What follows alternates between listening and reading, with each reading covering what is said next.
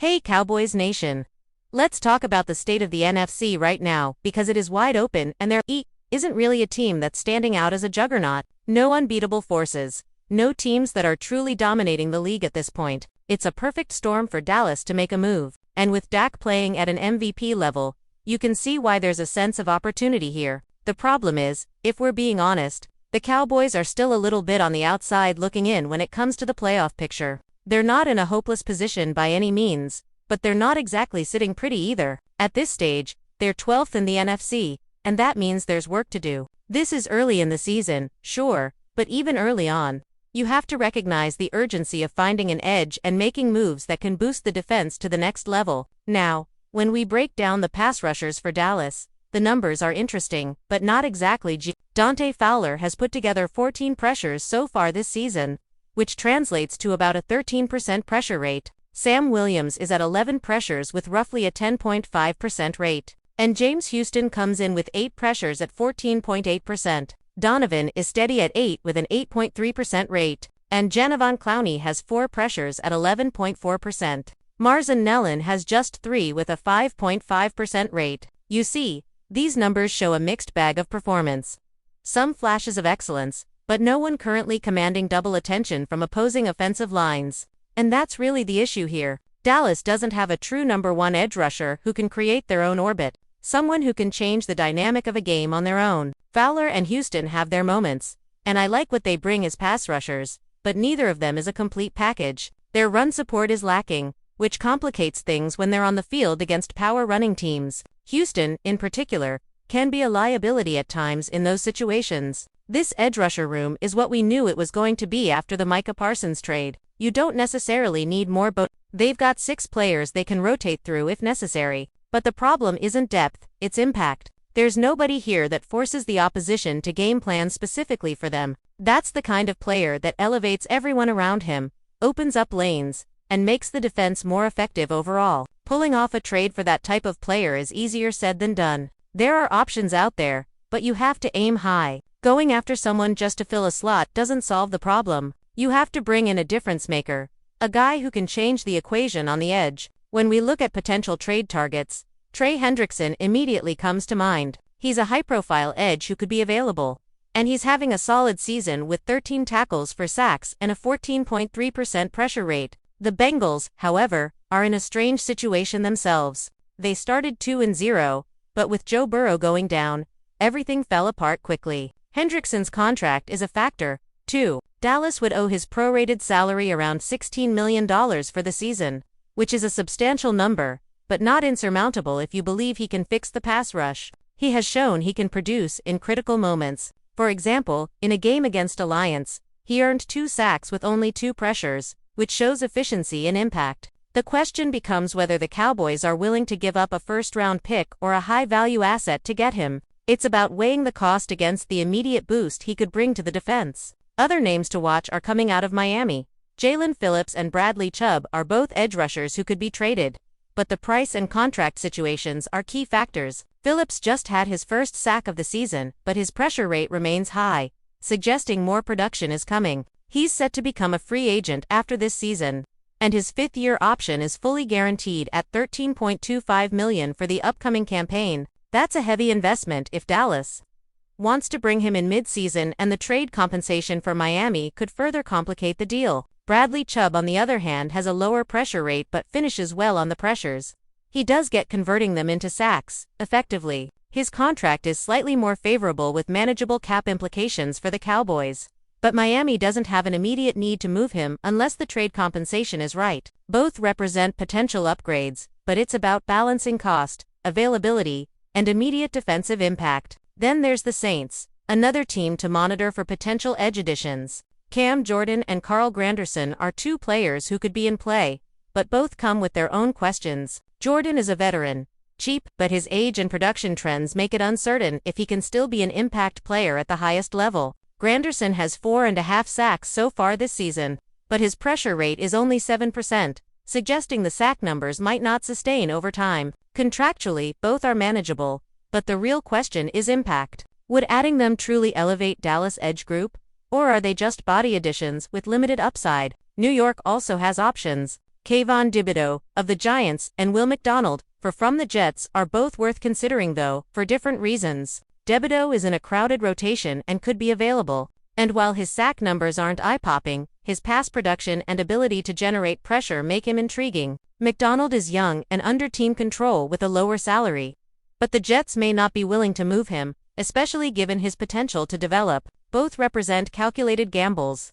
Players who could contribute immediately or grow in impact roles depending on coaching and fit. Max Crosby is the obvious top-tier edge everyone talks about. He brings elite production, run support, and game-changing ability.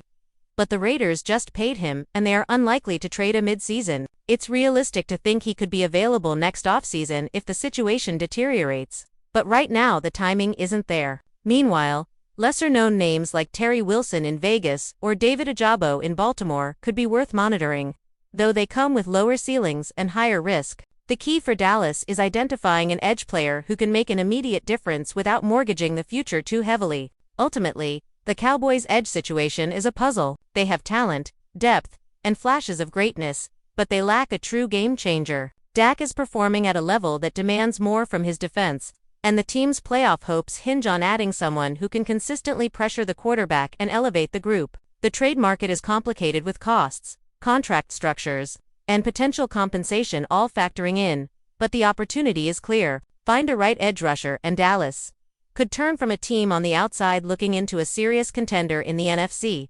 This is a moment where smart moves, calculated risks, and aggressive strategy could define the season for America's team. Looking deeper into the Cowboys' edge situation, it's clear that the team has a few pieces that can be productive, but no one who consistently demands attention from offensive lines. James Houston, for example, has moments of brilliance but struggles in run support, which makes him situational rather than a cornerstone. Dante Fowler is capable of flashes, but consistency is the issue. He can produce big plays when the conditions are right, yet he hasn't demonstrated the ability to dominate over multiple series against top-tier competition. Donovan, Clowney, and Marshawn Noland are all rotational pieces, and while they contribute, none of them force offenses to adjust their game plan. That's the missing element, the kind of player who creates chaos simply by being on the field. The Cowboys' depth is solid, but depth doesn't win games at the highest level. You need impact. That's why the trade conversation is so crucial right now. You can bring in bodies, but unless one of them has the ability to generate pressure consistently and influence the offense without assistance,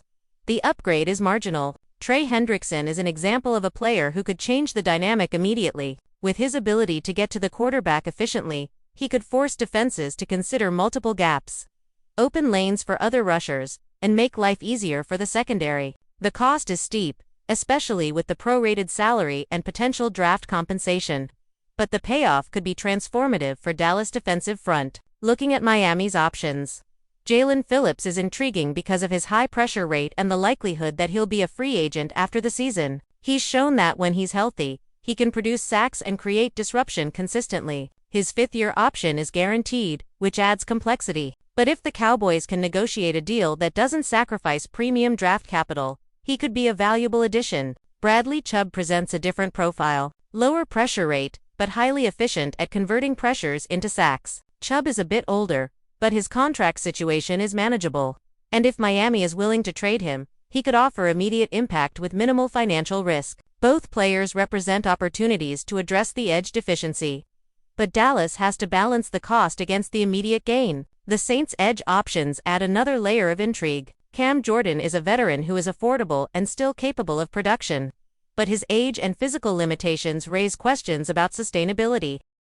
Carl Granderson has been productive this season with 4.5 sacks, but his low pressure rate suggests that the production may not be consistent over time. Financially, both are within reach, but the real concern is whether they can elevate the Cowboys' edge to a level that transforms the defense. Adding them would bring experience, but the question remains whether experience alone is enough to create the kind of pressure that forces mistakes from opposing quarterbacks. New York presents some interesting possibilities as well. Kayvon Thibodeau of the Giants is a player with potential who hasn't fully broken out yet. He's been part of a crowded rotation which limits his opportunities to showcase his skills, but past performance indicates that he could contribute meaningfully if given a larger role. Will McDonald from the Jets is younger and cost-controlled, which is attractive for Dallas from a financial standpoint. His production so far this season hasn't been spectacular, but he has flashes of impact and his youth provides upside. Both are calculated gambles. Players who could either develop into reliable contributors or remain situational options depending on scheme fit and coaching. Max Crosby remains the premier edge target that would immediately elevate the Cowboys' defensive front. He combines elite pass rush ability with run support, which addresses multiple deficiencies at once. The challenge is timing. The Raiders just paid him, and they're unlikely to trade a mid-season. Next offseason, the scenario could change, especially if the Raiders' performance continues to falter. But for now, Crosby remains a long-term target rather than an immediate solution. Lesser-known options like Terry Wilson, David Ojabo, Joe Ternoa, and Alex Wright exist. But they carry lower ceilings and higher risk. These players might provide rotational depth or developmental potential, but they aren't game-changers in the current moment. All of this underscores the strategic challenge facing Dallas. The team has talent, depth, and flashes of excellence. But without a true edge force, the defense remains vulnerable in key moments. Dak Prescott's MVP-level play puts pressure on the rest of the team to perform, and the edge rush situation is the most immediate gap to address. The Cowboys have to weigh the potential benefit of acquiring a top-tier player against the cost of draft picks, salary, and long-term flexibility. Every move matters because the margin for error is small. A misstep could cost playoff positioning or the chance to compete against the league's best teams. There's also a broader strategic consideration. Adding the right edge rusher does more than generate sacks. It changes how offenses prepare and execute. A dominant edge player forces quicker throws, creates lanes for other defenders, and can even influence offensive play calling. This kind of impact is subtle but profound. It can turn a good defense into a great one, making the Cowboys more competitive across the board. That's why the edge conversation isn't just about numbers or contracts. It's about changing the dynamic of every game. But before we continue, don't forget to subscribe to our channel and give this video a like. Your support helps us keep bringing you the latest updates on the Dallas Cowboys. Feel free to share your thoughts on the news in the comments as well. The NFL world is buzzing today with what could be one of the most shocking moves of the season. Sources close to the league are whispering that the Dallas Cowboys have officially finalized a blockbuster deal with the Cleveland Browns, acquiring star defensive end MYLES GARRETT in a trade that could instantly reshape the NFC landscape. While neither team has released all the details publicly, insiders suggest that the Cowboys have parted with a package of high draft picks and potentially a player or two to make the deal happen. A sign that Dallas is on a push for immediate Super Bowl contention. Garrett, widely regarded as one of the premier pass rushers in the league, has been a game-changer for Cleveland.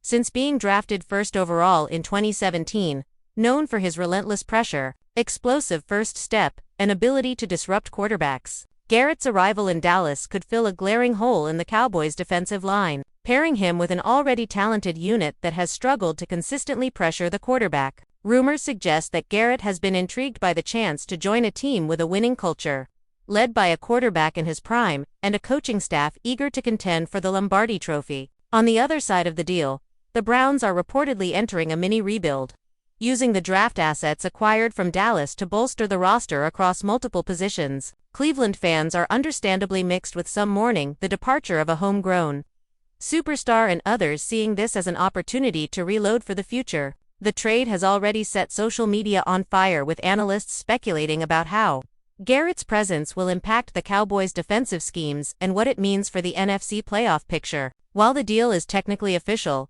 whispers from league insiders suggest that contract negotiations and final roster moves could still influence how Garrett is integrated into Dallas. Sources indicate that Garrett is eager to make an immediate impact and that the Cowboys are planning a defensive overhaul to maximize his skill set. Speculation is also rampant about whether this trade could trigger a ripple effect across the league, with other teams reassessing their own defensive strategies in light of this seismic move. For now, the chatter continues and the NFL rumor mill shows no signs of slowing. Cowboys fans are dreaming big, Browns fans are bracing for change, and MYLES GARRETT might just be on the verge of a new chapter that could redefine his career in the NFL landscape for years to come. That's it for this update. If you enjoyed the video and want to keep receiving exclusive news about the Dallas Cowboys, please subscribe to our channel and give this video a like. We always look forward to your comments and opinions. See you in the next video.